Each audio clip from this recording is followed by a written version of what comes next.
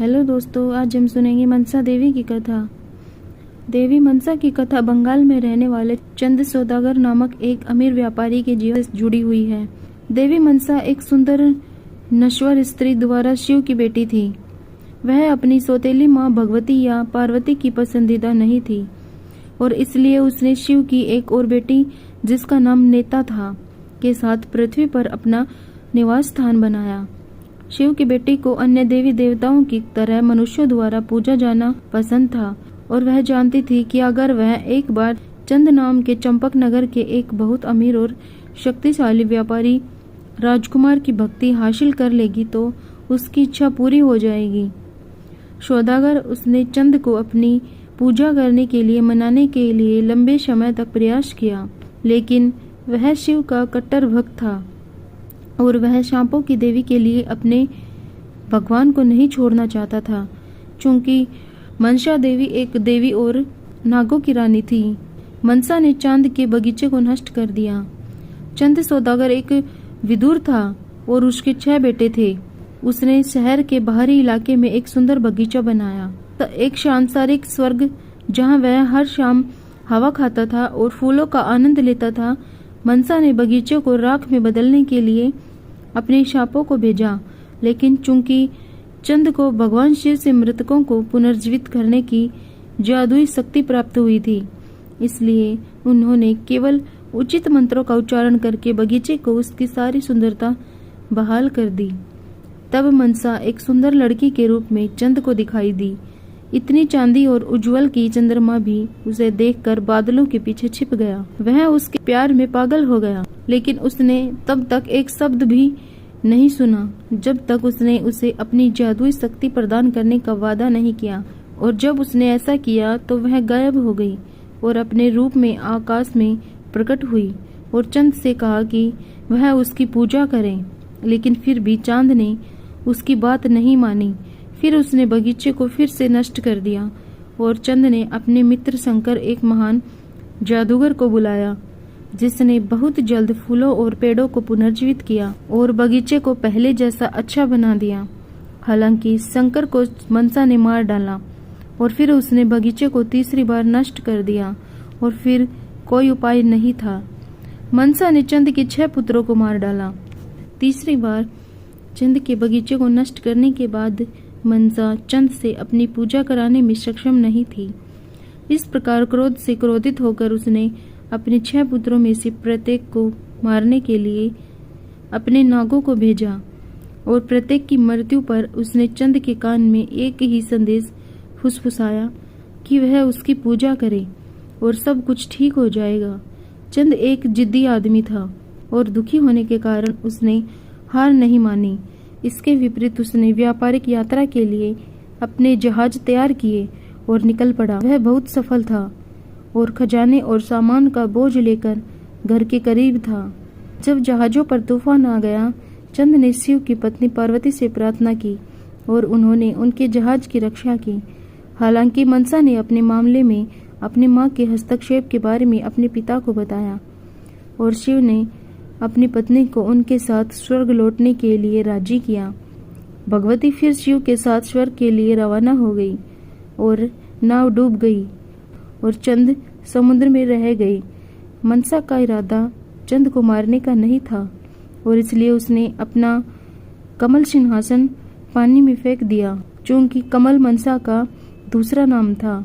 चंद ने यह देखने के बाद भी कि जिस तैरती हुई वस्तु से वह खुद को बचाने जा रहा था वह वास्तव में एक पद्म थी, उसने उसे अकेला छोड़ दिया और अपने घृणित नाम वाली किसी वस्तु से मदद लेने के बजाय डूबने को प्राथमिकता दी।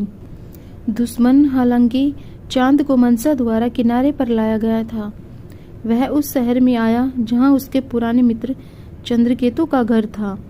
वहां उसका अच्छा इलाज किया गया और वह कुछ हद तक ठीक होने लगा, लेकिन जब उसे पता चला कि चंद्रकेतु मनसा का भक्त था और उसका मंदिर घर से सटा हुआ है, तो वह वहां से चला गया।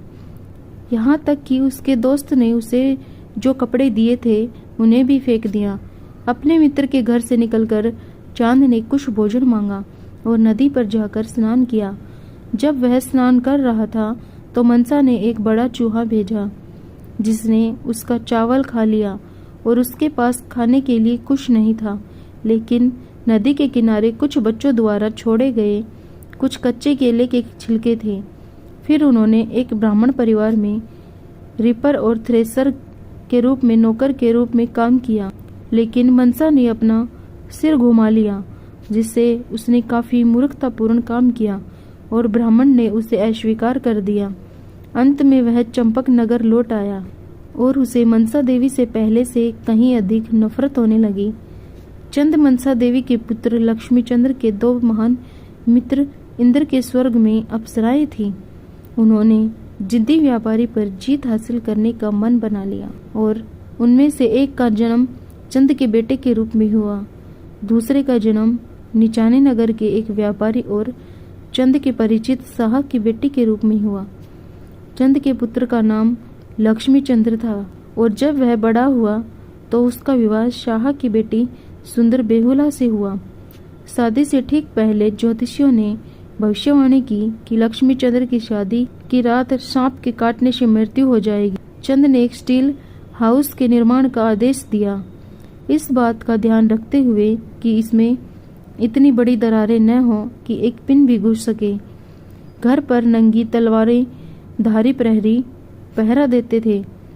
इसके आसपास के पार्क में नेवले और मोर छोड़ दिए गए। लेकिन मनसा ने शिल्पकार को दर्शन दिए और धमकी दी कि अगर वह स्टील की दीवार में एक छोटा सा छेद नहीं करेगा तो वह खुद को और अपने पूरे परिवार को मार डालेगा। वह ऐसा करने के लिए बहुत अनिच्छुक था और अंत में वह बेहद डर के मारे हार मान गया और एक बाल के आकार का एक छेद बनाया और उस छेद को थोड़े से पाउडर वाले कोयले से छिपा दिया। इस प्रकार उस छेद के माध्यम से मनसा देवी द्वारा भेजे गए सांपों में से एक ने स्टील हाउस के अंदर प्रवेश किया और लक्ष्मी चंद्र को मार डाला। मनसा द्वारा लक्ष्मी चंद्र की हत्या। अगली सुबह लक्ष्मी चंद्र को उसकी मां ने मृत पाया और शव को एक नाव पर ले जाने की तैयारी की गई, इस उम्मीद में कि शायद कोई कुशल चिकित्सक या शपेरा शव को ढूंढ लेगा और उसे पुनर्जीवित कर देगा। लेकिन जब बेड़ा तैयार हो गया तो बेहुला शव के पास बैठ गई और तमाम कोशिशों के बावजूद उसने वादा किया कि जब तक शव जीवित नहीं हो जाता तब तक वह उसे नहीं छोड़ेगी। बेहुला अपने पति के शव को लेकर बह गई और जल्द ही चंपक नगर दृष्टि से ओझल हो गया। रास्ते में उन्हें विभिन्न कठिनाइयों का सामना करना पड़ा, लेकिन अपने पति के प्रति प्रेम और समर्पण के कारण वह बच गई और पूरे दिन मनसा देवी से प्रार्थना की। और हालांकि उन्होंने शरीर को पुनर्जीवित नहीं किया, फिर भी देवी ने इसे तूफानों और मगरमच्छों से बचाया और जीवित रखा। शक्ति और साहस के साथ बेहुला आखिरकार 6 महीने के बाद बेड़ा ठीक उसी जगह पर उतरा जहां मनसा का दोस्त नेता नदी के किनारे रहता था। मनसा नेता द्वारा लक्ष्मीचंद्र को दिया गया जीवन कपड़े धो रहा था, लेकिन बेहुला को उसके सिर के तेज से पता चल गया कि वह कोई नश्वर महिला नहीं है। एक सुंदर सा लड़का उसके पास खेल रहा था और उसका सारा काम खराब कर रहा था। अचानक उसने बच्चे को पकड़ लिया और उसका गला घोट दिया और शव को अपने पास लेटा लिया और अपना काम करने लगी। लेकिन जब सूरज डूब गया और उसका काम पूरा हो गया तो उसने उस पर पानी की कुछ बूंदें छिड़की और वह जाग गया और मुस्कुराया जैसे कि वह अभी अभी सोया हो। तब बेहुला उतरा और धोबिन के पैरों पर गिर पड़ा। नेता उसे यह देखने के लिए स्वर्ग तक ले गए कि क्या देवताओं को उसकी प्रार्थना स्वीकार करने के लिए प्रेरित किया जा सकता है। देवताओं ने बेहुला को नृत्य करने के लिए कहा और उसने उन्हें इतना प्रसन्न किया कि उन्होंने उससे उसके पति को वापस जीवित करने और चंद के सभी नुकसानों की भरपाई करने का वादा किया। लेकिन मनसा देवी तब तक इसके लिए सहमत नहीं हुई जब तक कि बेहुला ने अपने ससुर का धर्म परिवर्तन करने और उन्हें देवी का सम्मान और पूजा करने के लिए राजी नहीं किया। और बेहुला ने भी ऐसा ही करने का वादा किया और फिर लक्ष्मीचंद्र को जीवन दान दिया गया। बेहुला और लक्ष्मीचंद्र घर चले गए और लंबे समय के बाद वे अपने पिता के घर आए और वे अपने पिता और माँ से मिलने के लिए रुके, लेकिन वे नहीं रुके और उसी दिन चंपक नगर के लिए निकल पड़े। सबसे पहले उसने जिन लोगों को देखा वे उसकी अपनी भाभियां थीं, जो पानी लेने के लिए नदी तट पर आई थी। उसने खुद को एक गरीब सफाई कर्मी के रूप में प्रछन्न किया था और उसके हाथ में एक सुंदर पंखा था जिस पर उसे चंद परिवार के सभी लोगों की छवि दिखाई गई थी।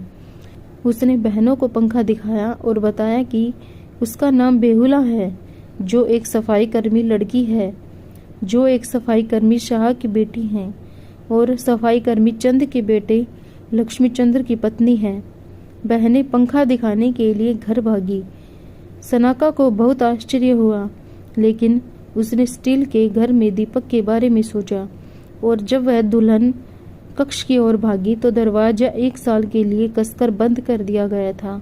तब वह नदी के किनारे भागी और वहां बेहुला के साथ उसका पुत्र भी था। उसने कहा कि जब तक उसके ससुर मनसा देवी की पूजा करने के लिए राजी नहीं हो जाते तब तक वे उनके घर नहीं आएंगे। चंद सौदागर अब विरोध करने में सक्षम नहीं थे और उन्होंने मनसा देवी की ताकत को स्वीकार कर लिया। उसने उसी महीने में ढलते चंद्रमा के 11वें दिन उसकी पूजा की। यह सच है कि उन्होंने अपने बाएं हाथ में फूल चढ़ाए और मनसा की छवि से अपना चेहरा दूर कर लिया, लेकिन इन सब के बावजूद वह संतुष्ट हो गई और उन्हें धन समृद्धि और खुशी प्रदान की और उन्होंने उनके मित्र शंकर को पुनर्जीवित कर दिया।